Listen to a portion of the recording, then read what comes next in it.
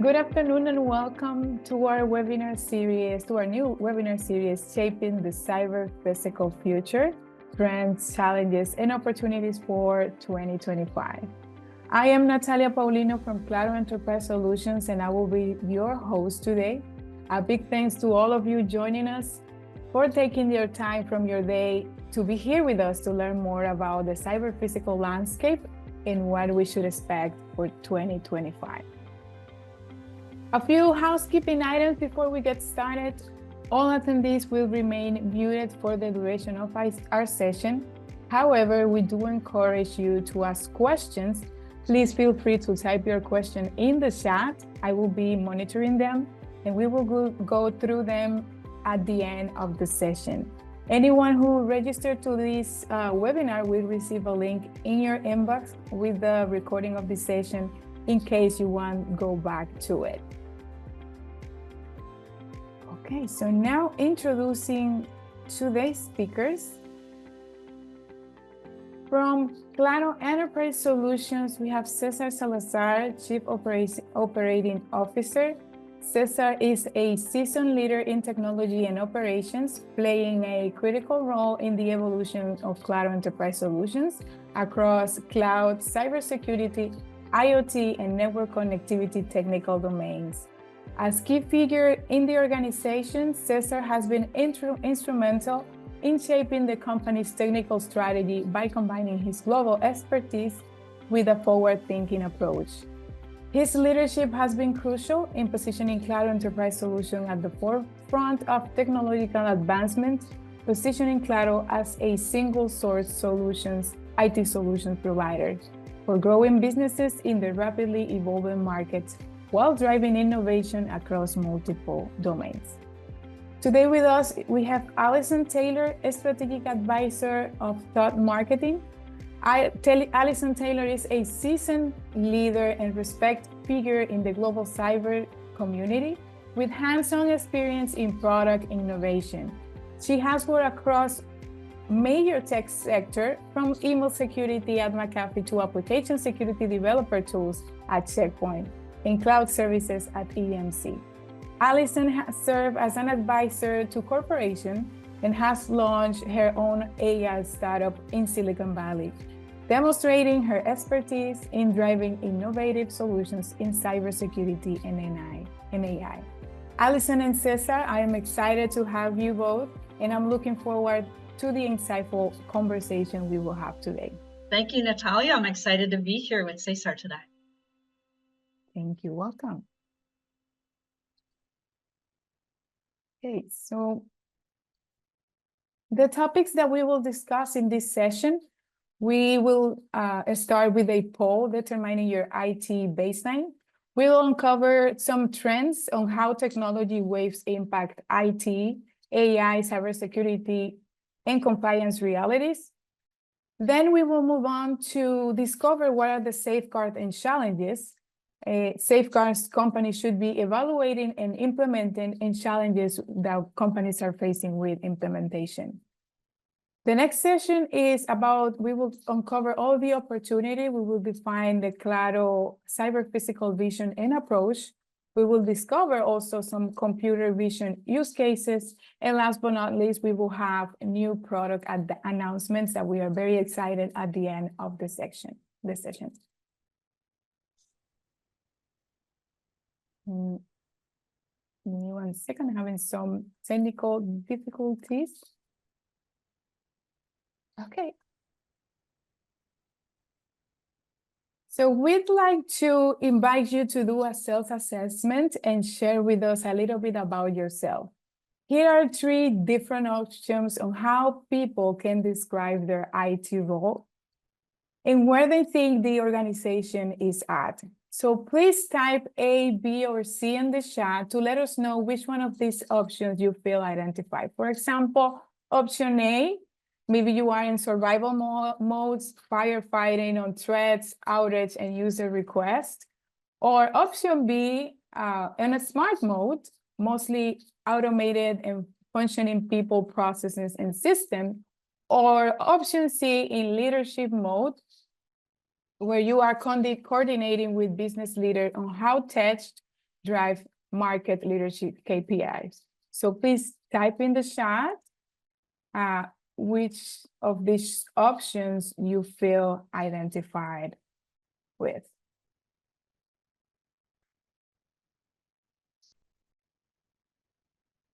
Excellent.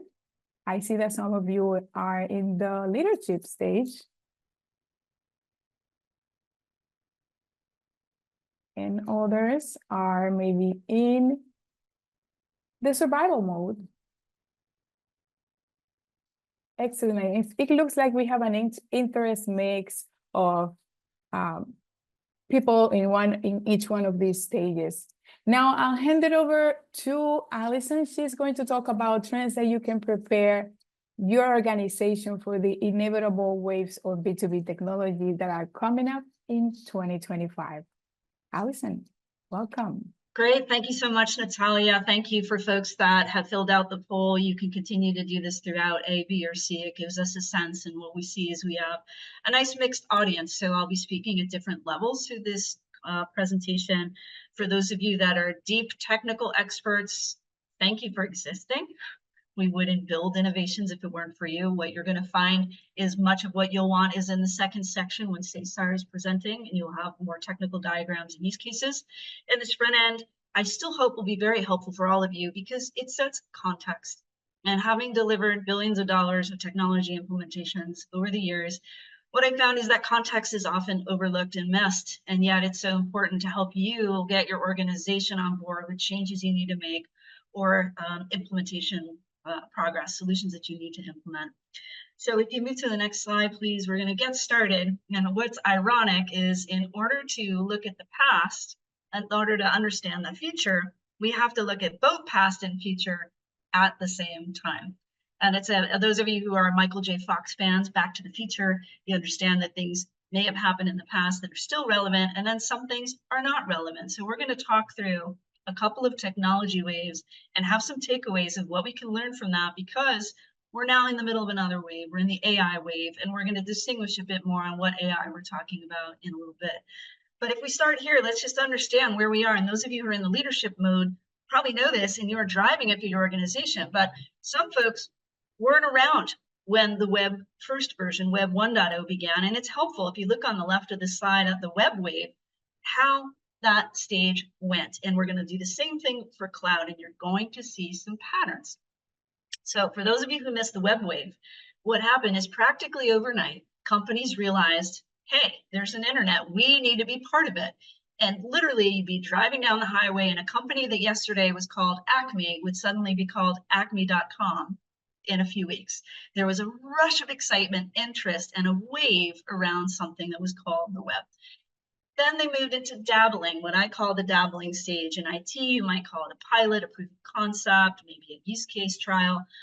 They dabbled and they put up websites that were simple billboard sites that really did nothing, but it helped them to learn and understand how could they think about jumping onto this technology wave and finding business value.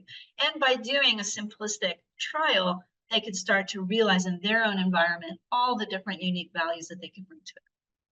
Obviously today, we're far past that. We're already up to Web 3.0. We have blockchain, we have NFTs, but you can see that there was this progress that was made from initial excitement all the way down to we are mastering this and we are very sophisticated at it. Obviously today, we even have web services that know your presence, whether or not you are present. We have real-time data communications between APIs and sites. We're far more advanced. So we look at that as one wave of technology, just as an example, and see what applies to today. What about the cloud? Similar pattern, right? Cloud was a concept. It was discussed here in Silicon Valley and in early stages. Nobody could really articulate what did they mean by cloud? What were the definitions? And of course you couldn't. It was early stage, it was developing, but overnight, everything was cloud enabled, cloud led, cloud delivered, cloud journey, right? Cloud became the excitement and everyone got on board with cloud. And then again, they started to dabble and say, okay, what workloads could I migrate to the cloud? Why would I want to do that? How am I going to cut cost? Or am I going to be surprised and find out, wow, when I move a workload to the cloud, I get a huge service provider bill from AWS because of the storage and the capacity. You learn through the dabbling, and the same thing happened in the cloud. And now, of course, today, Again, far more sophisticated. We have multi-cloud strategies where companies shift between clouds depending what they're trying to do. They'll also do that for redundancy purposes. There's a lot more sophistication. The other thing that comes through that, of course, is, which we'll talk about in a second, a little bit of regulation. So you can see wave by wave a similar pattern. Excitement, dabbling to understand where the business value is for your unique environment, and then mastering it for competitive advantage. And those of you who are in that leadership mode, that's how you're thinking. You're thinking about every technology wave and how to exploit it for yourself. Now, are we in the middle of an AI wave? We'll talk about that in a minute. It feels like we are. We can see AI is labeled on everything, every email that's in your box, but there are ways we can take advantage of it, which we'll talk about. Now, what have I not covered here? Look on the bottom right. What never changes, right? So I've been at this for decades, and we see these patterns, and there are a few things that do not change. And number one is security threats. Number two is regulation. So if we take these things that never change and we say, okay, back in the day when websites first began, people would smear a website. They would simply put something on top of it, block out all the content that was there, take over the website. So there were always security risks in protecting how could someone access your application server and so forth. And from a regulation point of view, from the cloud perspective, now we need to know where is the data that you have that's in the cloud. What country is it in? Is it on-prem? Is it not? Because certain countries don't want their data leaving the country, even in a cloud. So throughout, we've seen, even with these waves where you can leverage and use for business advantage, you're going to always have certain things that you're up against, whether those are security threats or different types of regulations that you need to comply with. So that's a little bit on the B2B side. If we move forward, it's not just B2B that this trend happens. We'll see on the next slide on B2C, we have a similar stage process happening. And I picked out a few because, again, some of you might not have been born when voice recognition first came out or when some of these technologies started. And it's helpful to know now that you are part of this next wave, what are some things you can expect? What things will change and what will not? So voice recognition is such a great example because there was an initial rush. Wow, they can use voice for things. And what did companies first rush to? Phone trees. Say one, to speak to an agent. Say two, to get out of this endless phone tree. Say three, for I don't know what's happening. So it started with everyone just deploying it in as much as they could just to say they had some level of voice recognition. But fascinatingly, if you think about say one, say two, that comes from a physical paradigm, right? It used to be either you have a virtual keypad or you have a hardware-driven keypad, but you had to literally press one or two. They took the same paradigm and just layered voice on top of it, right? And so again, you see there's excitement, people rush to do things, which is great. And then they start to get more and more refined. So then it became realized, you know what? We can use voice for a command. So I don't know how many of you might have a friend named Dominic, or maybe Ron, right? You say that your voice command, call Dom. Next thing you know, mom is on the line and you're having a wonderful chat with your mother. It really wasn't planned for that moment. But that's, again, that evolution from excitement to trialing it in your environment. And then, of course, learning from that. Now, today, we use voice and we even mix voice with AI, which you're going to see in a lot of these waves meshing, coming together.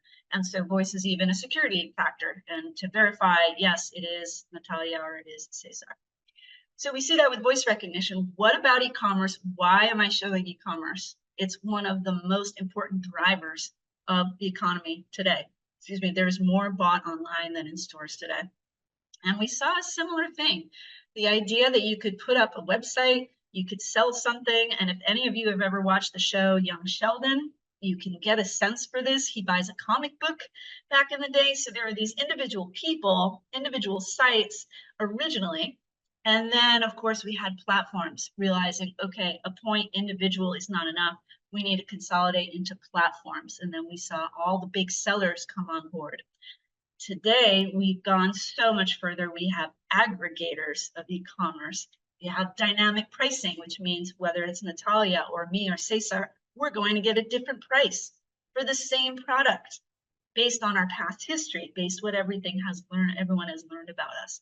So we're obviously much further along now in e-commerce. But again, I'm sharing this with you because as we shape the cyber physical future and you're thinking about the next wave and setting up technology budgets, plans, how you're going to drive productivity and drive competitive advantage, you want to understand, okay, this is typically how these waves are going to go. Now, again, we have threats and we have regulation, and the threats are pretty interesting. And it goes together with two types of threats. I'm sure many of you are familiar with deepfakes, right? It's your voice, but it's used for something else. There's phone scams for that. That's a very serious threat. Same for video, but let's just use voice in this example. And what about liabilities? And here's something interesting that ties to regulation. I don't know how many of you have seen the movie Her, about a man who falls in love with an operating system, falls in love with a computer. The voice of Scarlett Johansson, right? That's the voice in the movie. Well, OpenAI decided, perfect, that's the voice we're going to use as our interface. That's the voice recognition. That's the voice we're going to use. Well, Scarlett wasn't really thrilled about that, and it became a liability and an issue, but it opened up many regulatory questions about what can you do with this technology? Can you take someone's voice and use it? Can you take a likeness? And so there's been a lot of different regulations and changes as again, these waves come through. And that's what we're going to expect, as well as we get into image recognition, as we combine AI plus voice plus image, right? This multimodal future that we're shaping.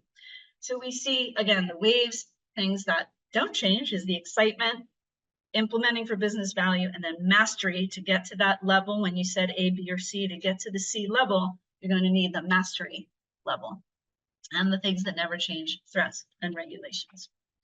So that's just a quick tour, right? A little bit of history on B2B, B2C, just to give you a flavor for the context. And so if you're one of the deep technical minds that I talked about, and you're struggling with your leadership team to help them get to, often deep technical specialists are very high IQ and extremely intelligent, and sometimes it's difficult to translate that. So hopefully this gives you context to speak with your leadership team about, look, we want to be in that leadership position with technology, and how can we do that? I'd be remiss if I didn't talk about a little next level down around AI.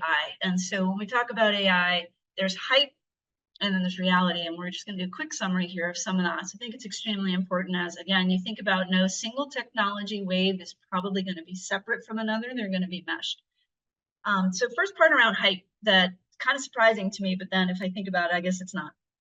Generative AI is everything. That's the belief right now. And we see people creating things, new synthetic data. So generative AI is you're generating new things, you're generating content, and there's a lot of excitement around it, as back to our stages, because it's accessible to the public now. AI is not new.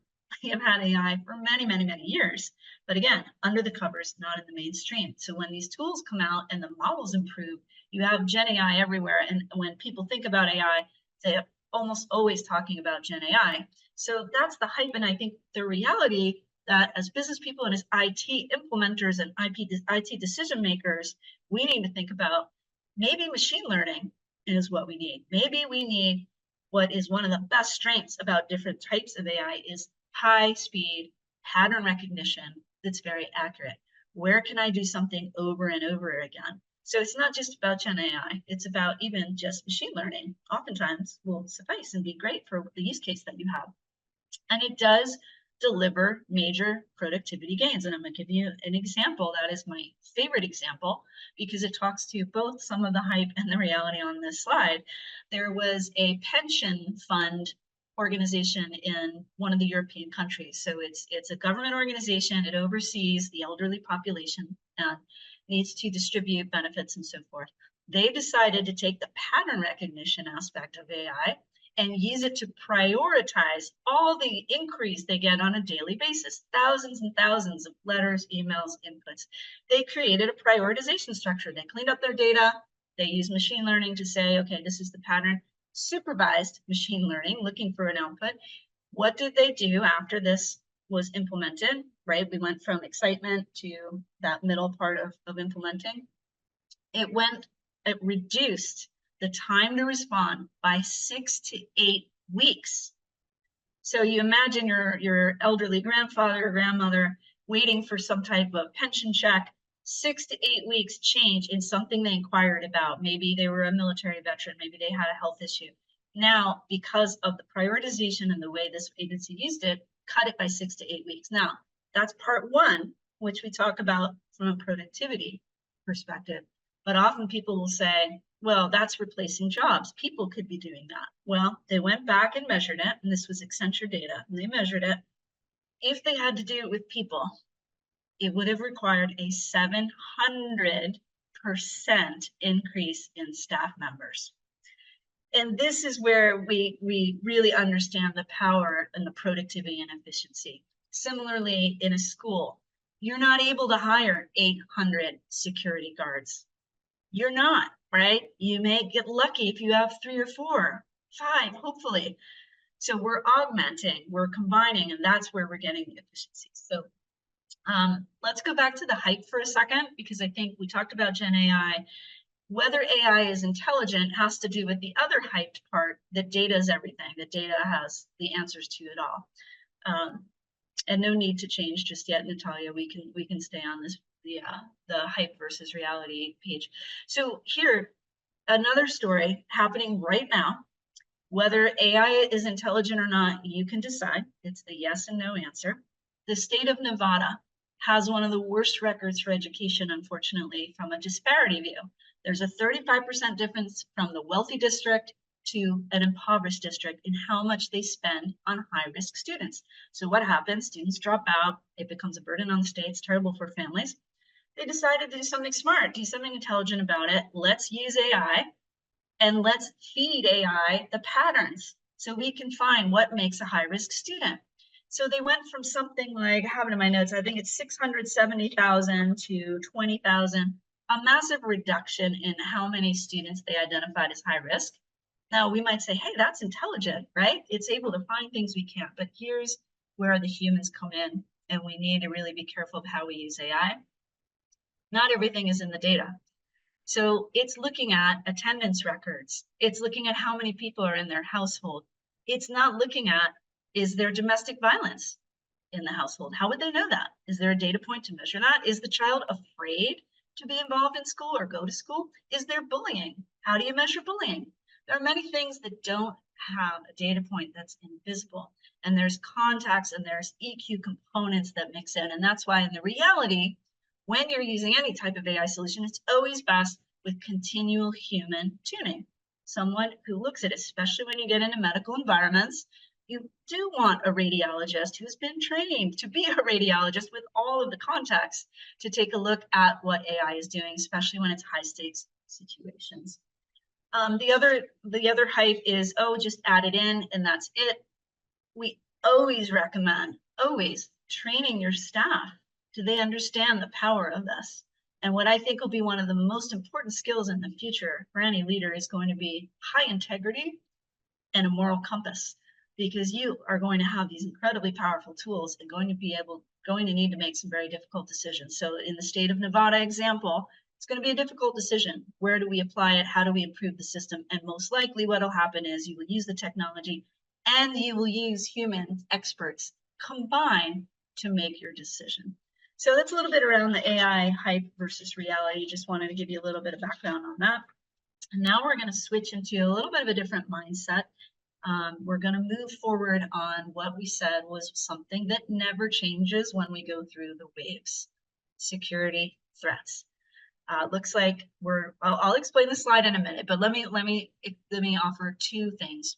First of all, we're going to look at some data that sometimes is challenging to look at. So we are moving from excitement around innovation, right, and the positive nature and the ways that we can use technology, to somewhat of a dark side. Now, we are only sharing this for you to get prepared, because if you can understand some of the threats, you'll know much better what actions to take.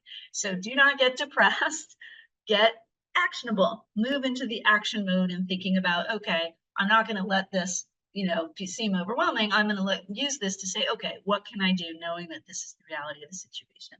That's point one. Point two, as a member of the global cybersecurity community, no single person is an expert. So I want to thank all of the minds that have helped put together some of the content that you're going to see, because we all share information, we all communicate, and we are all together in this. So the cyber community is a very important one, and it's important that folks on this phone know you will need a community as well. You will need to tap into that community, because simply deploying a solution but not having experts on hand, not having a community to talk to, everything changes on a daily basis. And that's why we have this picture in front of us, okay? This is a live cyber threat map. It's actually recorded, okay? It's from yesterday.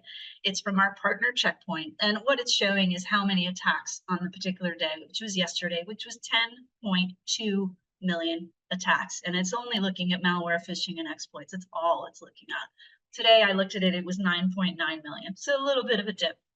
But you understand there's no way we can go through 9 million threats and share and you can understand everything that's happening. So what we're going to do next is summarize and give you a little bit of a summary so that you can be a little bit better prepared and understand the reality today. So in summary, let's give you the 4 important trends to notice in how we're seeing the threat landscape today. Scope, a change in the scope where it's hyper-connected. Volume, which we'll have some data on. Source, as in why are these threats getting generated? What's the source of these threats? Which some people will call attribution. We're not going to talk about attribution. We're going to talk about source. And modality, which is the different ways that threats are shifting from cyber threats to physical threats to cyber physical threats. And if you remember in the waves, we talked about it's not that a single wave is happening in isolation. There's a mesh, there's overlays and interconnectivity between technologies that create some of these gaps and security threats. So let's look at scope. We talked about cloud as a wave.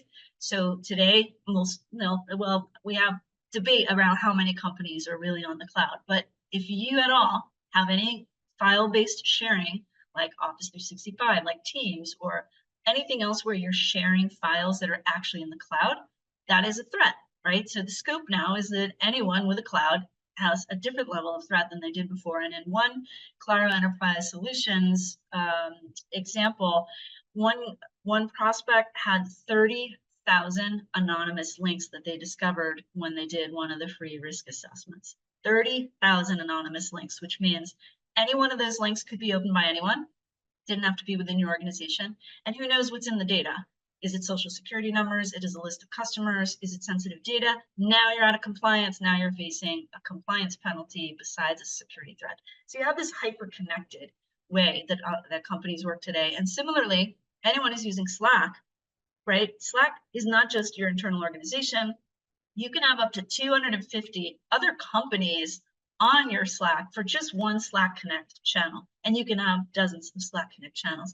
So there's a hyper connectivity that's happening, and it's changed the scope of the threat landscape. It's very easy to get in and out of organizations.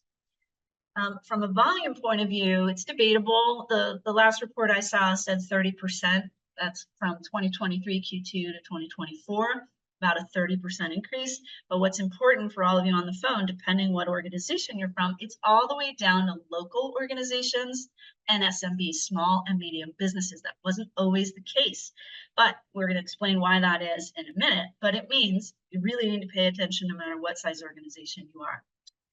Let's talk about the map you see here on the right. There's some dots on the United States, which means it's a tier 1 high priority conflict is occurring. This is from the Council of Foreign Relations. They watch all the conflicts. Why do we watch the conflicts? Because what happens in a conflict often will seep into civilian or commercial areas. An unfortunate trend. Why does the US have some dots on it? Because it's an election year. And not only are we having an election year, 50% of the world's population right now is in a country that's having an election. What this means is a huge difference in how nation states are going to be acting in these environments. There's going to be a huge increase in volume, and you're going to find a lot of asymmetrical issues, which we'll talk about in a second. So the source is changing, and I'm going to show you real examples of this in a minute. The last statistic is a reason why at Claro Enterprise Solutions, every single person is incredibly motivated and committed. The statistic around school shootings. Why do we have so many school shootings? And this increase is an older increase from 2020 to 21. We don't need a statistic today. We know this is an issue, and every single one of us is affected by it, and it's unacceptable. We can't live with this. What can we do about it? So the modality is shifting. It's not just cyber threats. There's physical threats, but when we look at those technology waves, all of us can be thinking as we shape the future, okay, how can I leverage all the interconnectivity of those technologies to do something about this? And Cesar will show some examples a little bit later today. Another data point, just to talk through data, we think of data as a cyber issue, right? That maybe data, I need to just look at my digital files, but it also can be caused by physical issues. Someone left the door open to a control room. Someone wrote a sticky note with the password to the missile system and stuck it on the computer. Yes, that is a real story. So there are data breaches that come from compromised physical security. So we've gone through the waves. I've shown you we're getting serious into threats. What are examples so you can start to envision your own environment and how you need to think about it? And then I'm going to move a little bit quickly because I want to make sure we have time to get to Cesar's important cybersecurity vision, cyber physical vision. Why am I showing you 2023? Because I want you to see the diversity of types of attacks, and this is different. Every year we see something different. I am really interested in what level of diversity we have. Everything from social engineering, and in that case, someone went to LinkedIn and said, oh, so-and-so works at this casino. I'm going to pretend to be so-and-so. I'm going to call their IT desk, and I'm going to get access. And that's exactly what happened. So it's a social engineering attack. That's not just a cyber attack. It means you have to think about training your people and move beyond just digital files moving to people. I get the question a lot of, why do I need to patch? Do I really need to patch? Do I really need to do that? We all know it's not a fun thing to do, which is why we hire people to do it. But let me show you an example of what happens. This was a service provider that was attacked, 36 million accounts, because there was a vulnerability that was exploited and was reached through in their organization. Why do I have the arrow on the right between 1 and 2? Because often a vulnerability exploitation will precede a phishing attack, right? Now I've got all this account information. I've been floating inside an organization. I know enough about them now that I can actually stage a social engineering attack and sound incredibly credible. No different than back in World War II. Spies would be dropped across the border so they could dress in local clothes, they could speak the language like a local, and they would be getting access. Similarly, now we have these type of attacks. So we won't have time to go through all of these today, but I wanted you to see for 2023, just the diversity of attacks. And the other point here, the latest ransom amount in 2023, the combined $1.1 billion in ransom was paid. So when we talk about impact, one of the casinos paid 15 million in ransom, another different organization paid 50 million in ransom. So when we're talking budgets and figuring out, okay, do I wait for a $50 million ransom, or do I put 3 million into completely upgrading my processes and systems so I'll know something is wrong? You start to have some interesting trade-off conversations. Moving right along to 2024, and again, I'll go briefly, so I want to make sure we have time for Cesar. And the 2024 attacks, this will not surprise you if you've been listening for the past few minutes. In 2024, what we're going to see start to emerge is what I talked about for asymmetrical issues. And what do I mean by asymmetrical? I mean that you use an organization, maybe you have 5 IT people, maybe you have 1 security person. A nation state attacking us has thousands, right? Who wake up every day trying to disrupt your business. So it's asymmetrical. You don't have a symmetrical defense to your adversary. And that puts us in a difficult state, and why we need to pay attention and make sure we can see something as soon as it happens. And I don't know if we're able to move to the next slide or if there's a technical issue, but what you'll see, political actors, right? We showed you the conflict. We know that there's elections happening. Some of the major threats that have happened have been from political actors. One happened, they got into a big tech company and were able to get account access. One did not happen, but they were small office routers, small office, home office routers that an organization tried to turn into a botnet to stage an attack. Fortunately, it was thwarted. And of course, we all know nobody's immune, security companies included, but we did have an operational issue. It was not a cybersecurity incident. an operational issue with a security provider that caused outages. And we also had a VPN, which is very common that most of us have. VPN was exploited, and that knocked out CISA and MITRE for 3 weeks. So I'll move forward because I know we have a lot to cover, but I really just wanted you to get a sense for the threat landscape is very high volume. There's different change in the scope and the attributes. So it's just helpful you to be aware of that. And then just the last part, when we talked about those, bringing back this slide, right, on AI benefits and what in reality is working. Hackers know this. They're obviously using the exact same methodologies and tool sets to do attacks. So we just need to bear in mind that if you were talking about current attacks today, I'd be remiss if I didn't mention the AI-driven attacks. So I hope I've given you a good overview on some of the threat landscape and what to be thinking of. And if we move to the next slide, I just wanted to give you a chance to chime in. Because there's data that about 80% of companies were surprised by an incident. So I'm curious about you. Number one, and just raise your hand, use the little raise your hand button if you have been surprised by a cybersecurity incident in the past year. So go ahead and raise your hand. We'll be able to see it on our side. Okay, I see a couple of you answering. Okay. Just a few. Okay, so we have a few. And it sounds like, okay, minority of folks have been surprised, which is good news for you. I'm glad that you're proactive, you're staying on top of it. Second question, how many of you are regularly assessing your cloud security measures? Regularly assessing your cloud security measures, just raise your hand if you are regularly assessing your cloud measures. Raise your hand with the little raise your hand tool. Okay, we got one. Thank you, Camilo. Okay, so not a lot of folks on cloud security measures. So the next part of the presentation later on, you're going to get a briefing on some cloud measures that I think will be helpful.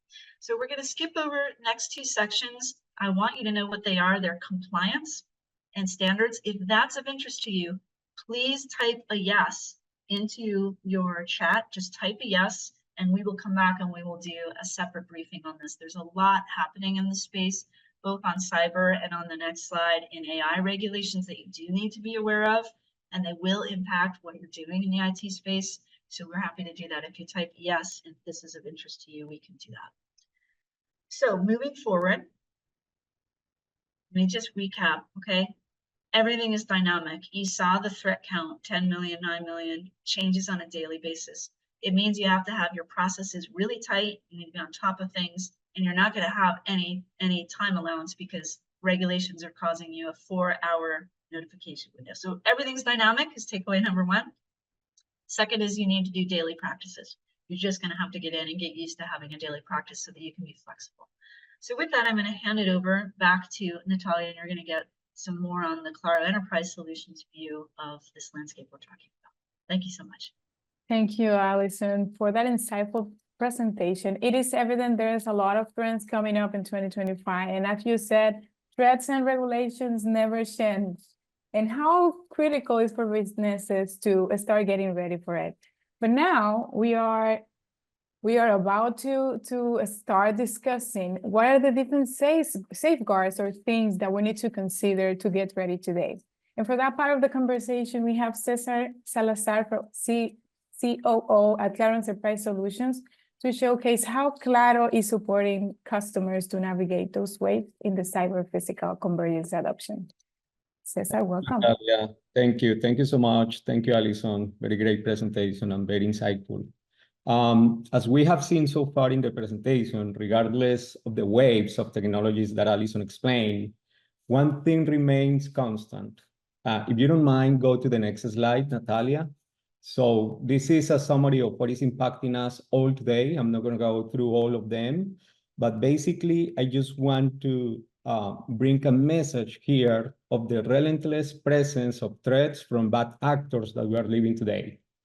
These malicious players are continually seeking to monetize what is often the most valuable asset the organizations and individuals have. So we are talking about data, we are talking about information, we are talking about the different ways that we are interacting today. So it's clear that these bad actors are making millions of dollars by exploring weaknesses in technology. But what's equally concerning, at least for me, and I think for all of you as well, is that they are using the most advanced technologies themselves to uncover vulnerabilities and disrupting operations. So in this increasingly sophisticated landscape, organizations are not dealing with these threats. They are often overwhelmed by the total number of security solutions that are in the market. So I'm going to go to talk about the safeguards.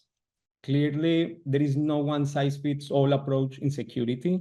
So every organization is unique, and that's why it's very important to work with companies like Claro Enterprise Solutions that is constantly engaging with the latest technologies, rigorously testing integrations and implementing solutions that address the full spectrum of potential threats, not only from the cybersecurity perspective, but that brings the physical security to be integrated holistically. So in the next slide, we're going to be discussing about the safeguards the companies should be evaluating and implementing for their environment. Just to mention some, we don't have much time, so we're going to go through some of these safeguards to briefly explain some of them. So from the cyber physical asset discovery, organizations must prioritize the identification and discovery of all assets within their environment. So this process is essential for gaining full visibility into network topologies and ensuring that every connected asset is accounted for. It's about knowing what you have in-house. So you need to know what you have in order to know how to protect it. The other one that I want to mention here is zero trust network and microsegmentation. Zero trust principles demand that no entity, whether internal or external, is automatically trusted. Zero trust is all about assuming no one should be trusted by default, not even your employees. And microsegmentation takes this approach further by dividing workloads into small, isolated segments, ensuring that access is limited strictly to what is necessary. Let me talk about the increased investment in security awareness training. That's a very important part of the equation. No matter how advanced your technology is, human error remains a huge vulnerability. Many companies that we have worked with have experienced phishing attacks despite having strong techniques for defense. We have helped these companies implementing a security awareness program complete with regular training and simulated phishing attempts. The result? Well, their employees became much more adept identifying threats, reducing the risk of incident due to human factors. Just to move forward, I want to go to the last one, that is preparation for quantum computing threats. Quantum computing might be seen far off. However, we have seen advanced and even some implementations that should be not overlooked. As quantum computing evolves, it poses a potential threat to current encryption methods. Organizations need to begin exploring quantum-resistant encryption strategies to prepare for future risks. This forward-thinking approach ensures that the sensitive data remains secure as new computational technologies emerge. So we know that implementing these safeguards represent challenges for the companies. So in the next slide, we're going to see these challenges very briefly. Let's talk about this bar chart. We have highlighted the most recognized challenges identified from our existing and potential customers. The higher the score, the more difficult the implementation of these safeguards were considered. So let me take the ones that are highlighted there. Vendor and solution management. The market today is flooded with technology solutions, from firewalls and endpoint security to advanced AI-driven monitoring tools. There are countless products and services available. It can be overwhelming for any organization to sift through this sea of options and figure out which solutions is actually the one to be delivered and that will provide the best protection possible. The other one is complexity of implementation. we have seen many organizations struggle here, not because they lack the will to protect themselves, but because of how difficult it can be to implement and integrate multiple solutions effectively. Take, for example, one client with multiple legacy systems, some outdated IoT devices, and a variety of disconnected security tools. Bringing all these elements together into a single manageable system requires technical expertise, extensive planning, and a well-coordinated strategy. The other one that I want to mention is resource constraints. Yes, resources, whether financial, technical, or human, are always a concern. We know that many organizations, especially mid-sized companies, face constraints when it comes to budgeting for cybersecurity. They know the threats are there, but it can be hard to justify high cost of comprehensive security. That's why we focus on creating scalable solutions. One of our clients initially struggled to secure the funding for a full cybersecurity overhaul. We work with them to prioritize their most critical vulnerabilities, delivering a phased approach that allowed them to achieve robust security over time without overextending the resources. And that's very important. And there is where we add a lot of value. So this is our approach. We think that we recognize all the safeguards the companies need to implement, and we recognize all the challenges they live today. And that's why we have defined our Claro cyber physical vision, which is the next slide.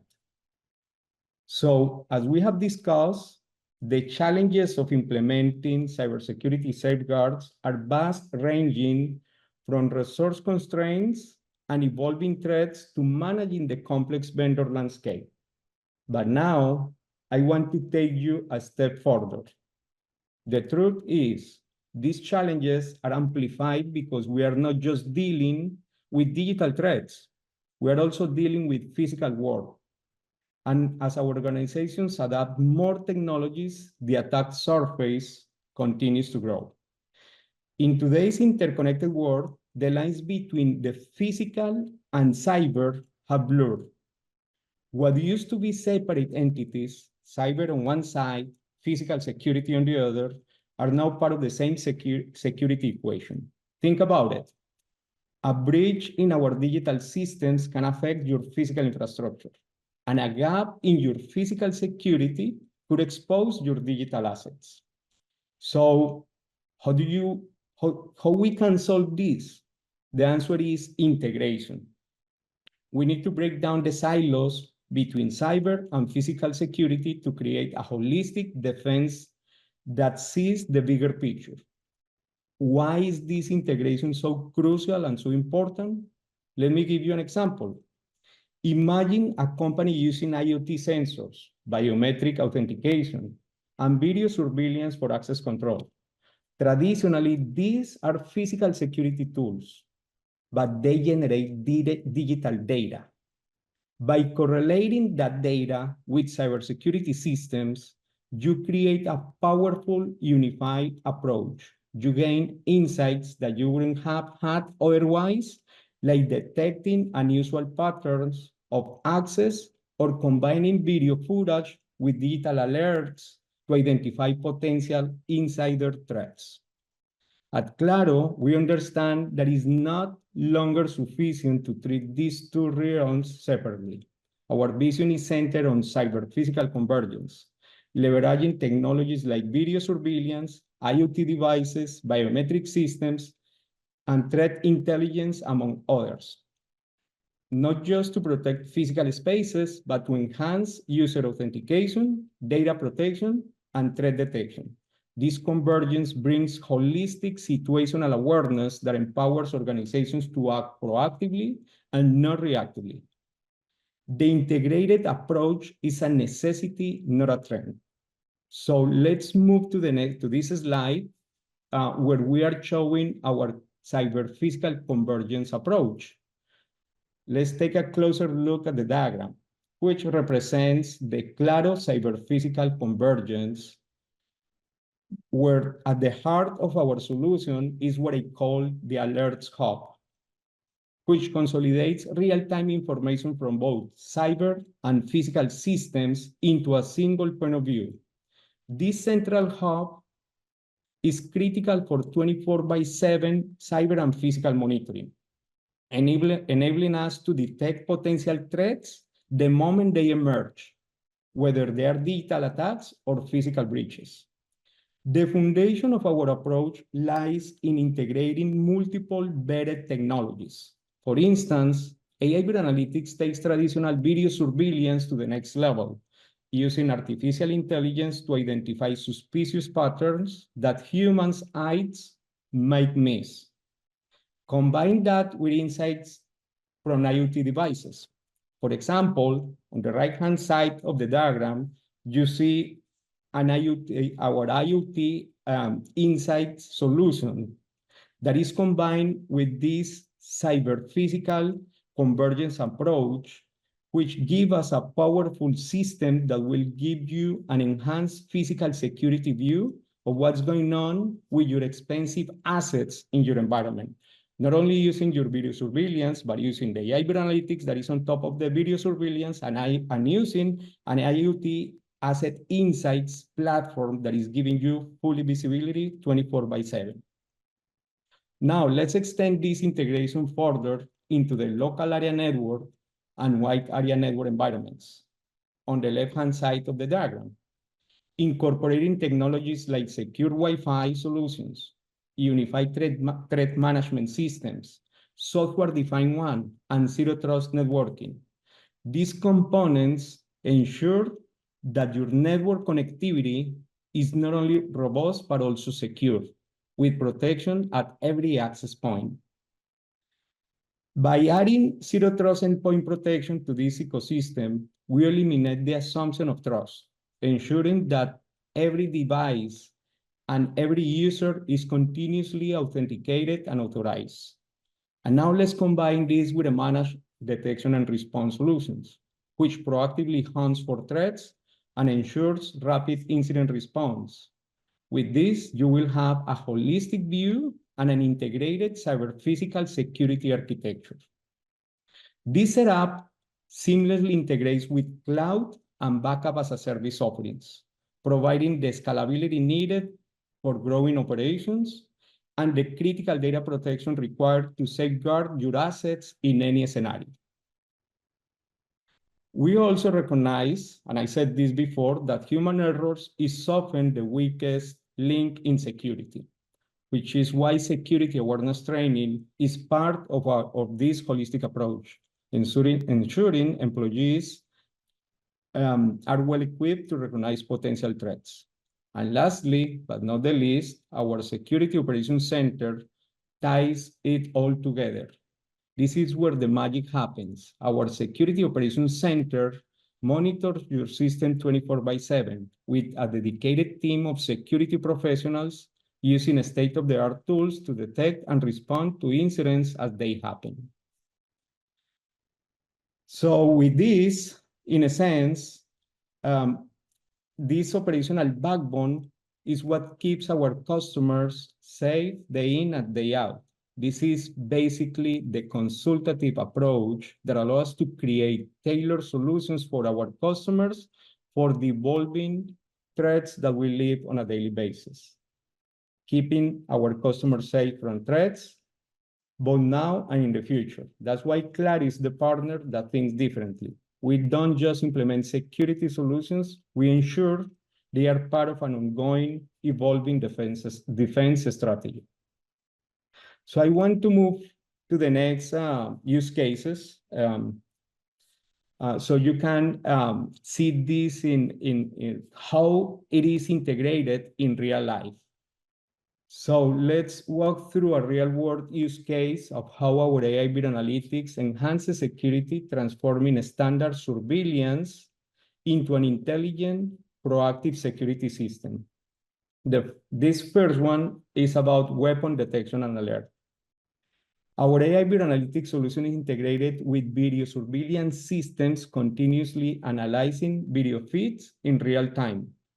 So the artificial intelligence has been trained to recognize the presence of weapons, detecting them within seconds of appearing in the camera's view. If you roll the video, Natalia, we're gonna see how the alerts are gonna show up on the right-hand side of the video. As soon as the weapon is identified, the system triggers an alert. This detection happens in real time, meaning there is no delay in identifying potential threats. You can see that on the right-hand side of the video when the alerts are coming up in the screen. Once the weapon is detected, the alert is automatically sent to our elastic correlation platform, which is on the right-hand side of the slide. This platform correlates the data from the video feed with other systems that are installed in the customer's environment, making sure that all relevant information is captured and contextualized for further action. Based on the alert, the system generates actionable insights. These insights can be triggered automatically or can actually provide some insights to the humans that actually receive the alert to make any action after the alert is generated. Simultaneously, notifications are sent to multiple channels. In this case, we are sending an email notification and a message is sent to the relevant Microsoft Teams channels that is integrated via API. The next use case, in the next slide, is about region of interest and alert. This use case, if you roll the video, basically you are defining a region of interest. It could be in a data center or it could be in a telco room. It's very straightforward. You simply draw the area on your screen with your mouse where you want to monitor for a person trespassing an area. Next, you define a detection rule by easily selecting pre-configured menus, allowing you to choose what specific behaviors or objects you want to trigger an alert, such as the person being detected once crosses the door. There we are saving the configuration. And as the system monitors the video feed, and we're gonna see that next, the alerts are only generated when the subject crosses the predefined threshold in your region of interest.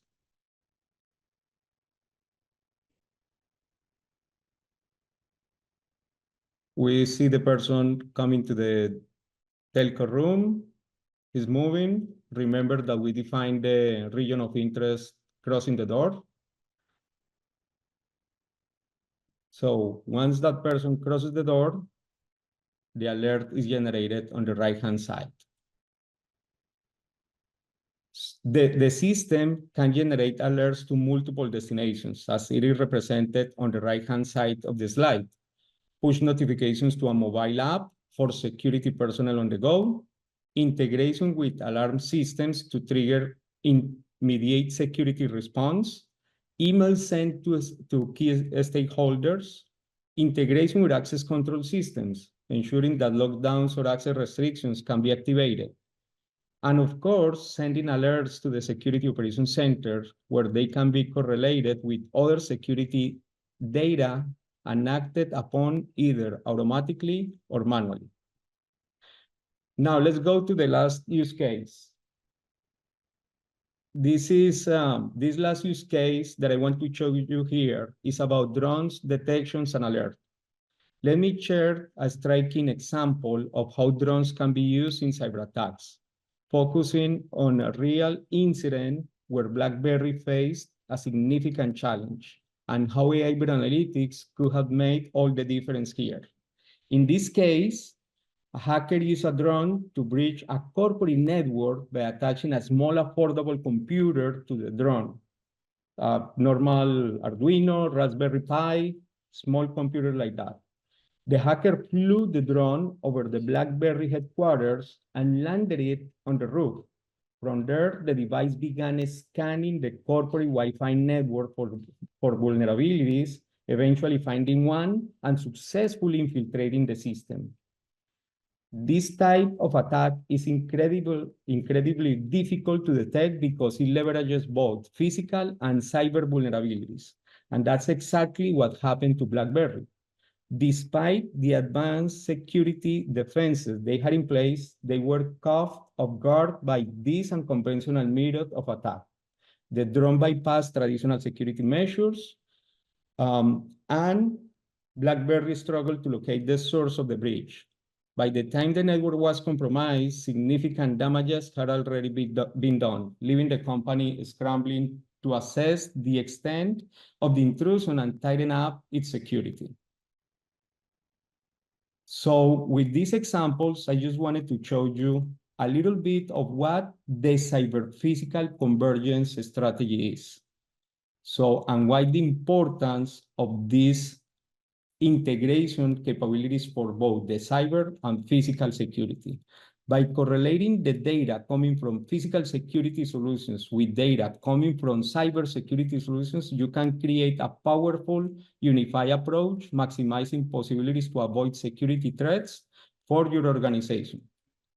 So with this said, I turn to Natalia again. Thank you, Cesar, for that insightful presentation. As you can see, we have a vision, I believe, towards the cyber-physical, a converged cyber-physical future.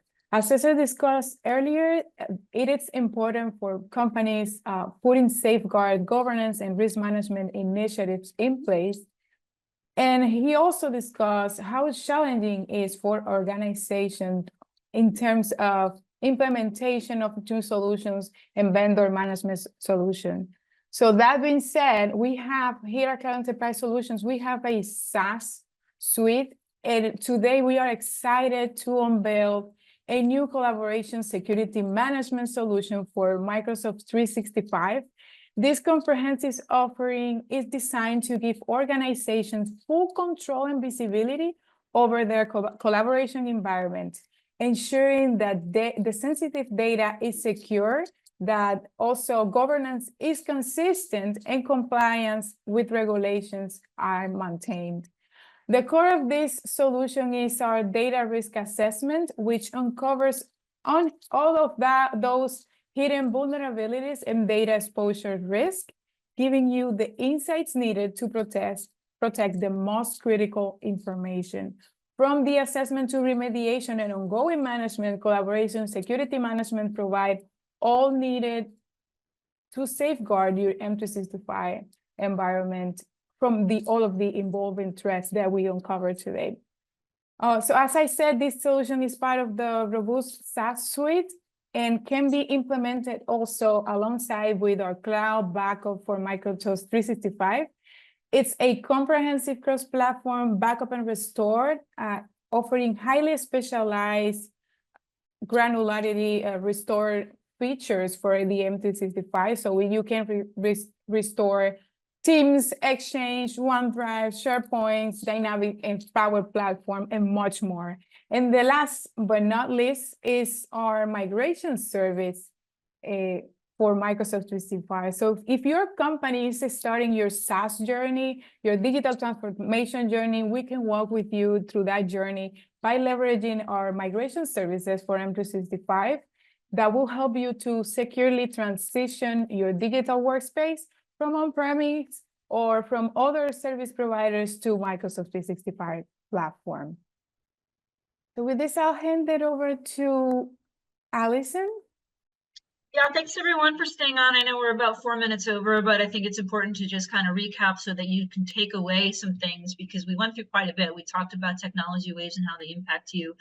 We saw Clara's vision for cyber and physical convergence, which is very interesting because you look at those drones, there's drones in warfare today that are dropping fires and munitions. So we can see the evolution. So what do you do? A couple things on how to navigate this. Think about your supply chain. Is it vetted? Do you have relationships or do you have transactions? And that's probably one of the first things as you review your strategic supplier list for 2025. Think about vendors that can integrate. so that you have less gaps, and you also have that correlation that Cesar talked about. Second, on people development, we talked about these new waves and the need to master them. There will be that aspect, and there will be the aspect of bringing in how do they use new technologies like AI in a safe and effective manner, and as also that is compliant. And the last point that we'll make, Claro has done an amazing job from the community perspective. All of us that are on this call are parts of our community. If you are technical and you do have those capabilities, I very much encourage you to reach out to your local school and try to help them and see where they're at, because if we remember that statistic around school shootings, that's something maybe we could all do something about. You have your expertise on the IT side. We can help work through what are some options that are very affordable. We have actions we can take. Why don't we do that from a community leadership point of view?